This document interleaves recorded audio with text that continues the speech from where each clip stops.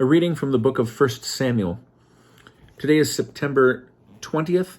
Our reading from 1 Samuel is the final chapter, chapter 31.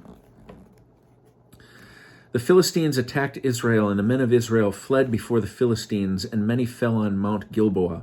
The Philistines pursued Saul and his sons, and the Philistines struck down Jonathan, Abinadab, and Malchishua, sons of Saul.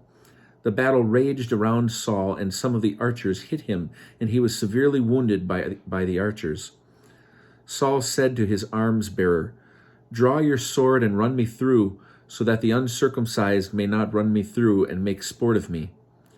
But his arms-bearer, in his great awe, refused, whereupon Saul grasped the sword and fell upon it.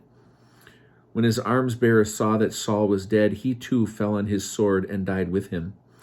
Thus Saul and his 3 sons and his arms-bearer, as well as all his men, died together on that day.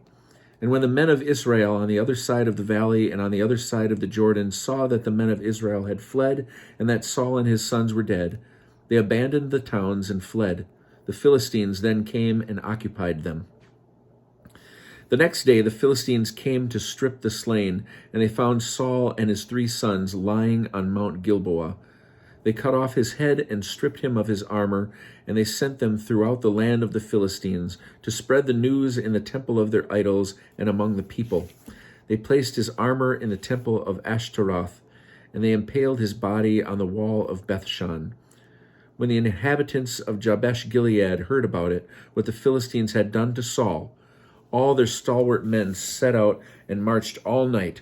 They removed the bodies of Saul and his sons from the wall of Bethshan and came to Jabesh and burned them there. Then they took the bones and buried them under the tamarisk tree in Jabesh, and they fasted for 7 days.